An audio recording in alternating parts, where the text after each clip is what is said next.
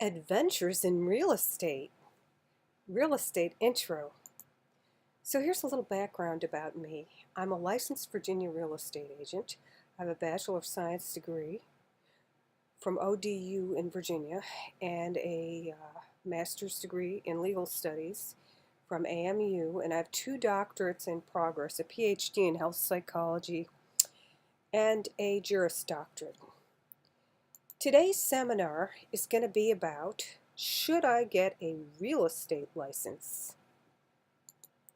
Now, are you contemplating starting a career as a real estate agent? Well, real estate's a really exciting career choice. You get to help people find their dream homes. You get paid for it. Often you can set your own schedule. What could be better than that? Well, to be a real estate agent is going to require a great deal of dedication and investment. And these are really important keys. Starting as a real estate agent in the United States requires a license in most states. They have laws, and you would go to your states to find out which one and what the requirements are of your particular state. I happen to be in Virginia. I know the regulations for Virginia. Now, when you're getting started, the first thing you're going to need to do is to pay for a class. But before going out and investing money in a class, you really would be wise to listen to this and think, because I'm going to set forth some of the things that you need to think about before you even spend money and take time out to take the class. First of all, the class, I took the class, and it's very technical, and it's kind of a lot of laws and regulations, contracts, things like that that you need to know. You have to pass that, and you have to get your hours. Now, most states, I'm speaking from Virginia, you don't need a college degree to be a real estate agent. Sometimes you don't even need in Virginia right now. The last time I checked, all you need is maybe a GED. You do need to pass a little bit of a background check on your, it's not like a big thing, but anyway, so after you pay for and take a class and pass the exam, you have to take the exam, and you can take it as many times as you want, and I don't know how much it is to take, because I took it in 2005, it's 2018. I'm sure the price probably went up. I do pay licensing fees every year, and I have to take what's called continuing education. They require me to take a certain amount of classes every year, and you have to pay for the classes yourself, and then you also have to pay for your license. Now, most brokers are going to require that you join the national and your local realtors association, and they're two separate dues. Usually it's around $1,000. Classes range different prices depending on where you go. The exam costs different prices, and then you have your state regulation fees as well. Now, so the cost of the startup is a very important consideration for those of you interested in getting started. Now, what if you already took a class and you paid for it? Now, you can pause these slides and look at what they say. I'm just kind of winging this, but and I wrote down some important points to kind of follow along. But you do normally need to work under a broker before you get your license activated by your state. So the state will say, each state is different. I don't know how much your state's going to cost, or if you're in the United States, and each country is different. I'm speaking strictly from a United States as an agent, which is you would pay maybe $60, $70, $100, whatever. And then every year you have to pay these dues along with making sure that you're up to date on your continuing education. Now they do have a board and people can put up there and complain about you. There's no there's the only way you can get like accolades is you can a lot of the brokers and the associations have top sellers and different awards like that you can get. You can also take continuing education, additional courses at Realtor U and get extra, extra credit. But along with the Realtors Association, another thing, now if you want to take notes, you can take notes or you can just pause the slide. There's what's called a multiple listing service, or some places like where I am use the MRIS, which is the multiple Metropolitan Regional Information System. You pay them fees, and there's a discount if you're a member of the Realtors Association. There's a higher fee if you are another type of real estate person. But what it does get you into is it gets you into current records.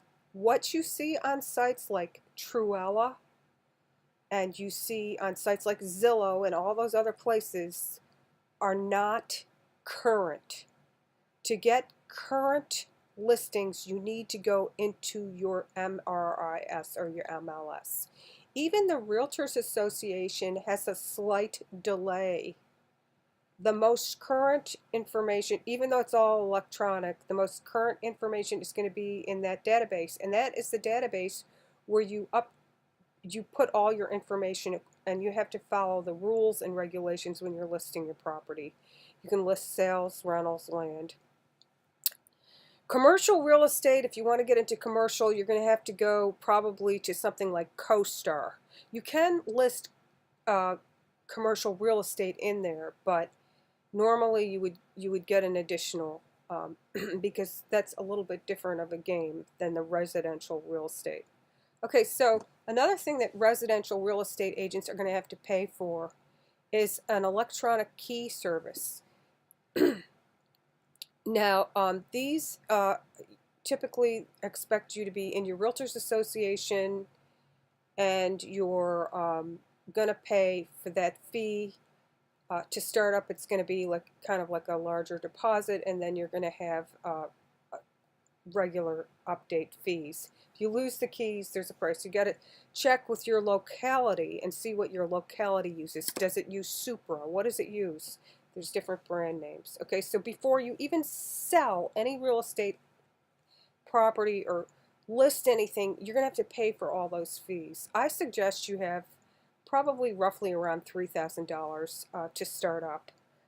And that is, you need to have, another thing you need to have, now I'm not saying, I don't know what your situation is, everybody's situation is different, but you've got to pay for the classes, you got to get everything started, you have to have gas, you have to pay for advertising. Sometimes, a lot of times, brokers will pay for your first 1,000 cards, they'll pay for your mailings. If you're doing mailings, there's different types of services you can use for that. But anyway, you're going to need to support yourself during the period that you get started and when there's slow or no sales. I would highly recommend having a good year's worth of cushioning. Now, let's say you're retired and you get retirement checks every month from Social Security or something like that. That's fine. Maybe you don't even need to save anything up. Maybe you could just, that is your cushion. That's your thing you can fall back on. Another thing is some veterans have, they might have veterans checks every month, especially if they have, a percentage of a disability. They might have like a base pay. That's good. If you know you've got housing, if you know you have money for gas, if you know you have money for incidentals, you have to have a good, you usually need a good working vehicle to do real estate, and you have to keep it up and pay your insurance on it. And so with the broker arrangement, the typical broker arrangement is you're going to get paid after you close a deal. That's going to be your first check, but usually it doesn't come immediately. you've got to give the money to the broker typically. Now this is my experience, what I've done.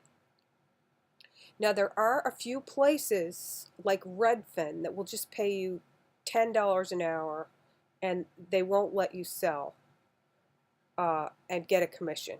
But the typical traditional arrangement is what I'm talking about. The typical arrangement is the broker works an agreement with you, you sign a contract, and you work under the broker. Now later on you could be your own broker, but usually you want to start, as an agent. They issue a 1099 form to you at the end of the year. You have to pay all of your taxes, your insurance, everything. And so it's probably a good idea to get an accountant or something. So anyhow, being an RE agent is an uphill walk. How easy that walk is depends on what kind of resources you have. But if you're in a situation where you're working full-time and you want to do this and transition careers, it might be possible to do that. That's how I started. You can, if you have resources, if you're married, if you have one spouse supporting you, you might be able to do that. If you're young, or if you live with your parents or grandparents or cousins, and you don't have to pay housing and your electric and everything's taken care of, then you could just get right away starting in an exciting career in RE. But remember, it takes money to even get started. But boy, it really is exciting. You get to look in all these different homes. And so anyway, there's going to be more to come on this, but I thought maybe some of you might be interested in getting a real estate license and wanted to hear from someone who has one. And please like, share, subscribe. Use the bell for updates of the channel video. That's subscribe to the channel. Now I have other things on the channel, but I just want to say thank you for stopping by. If you have any questions, comments, or ideas for new videos, please put them in the comment box below. Again, thank you. Good day.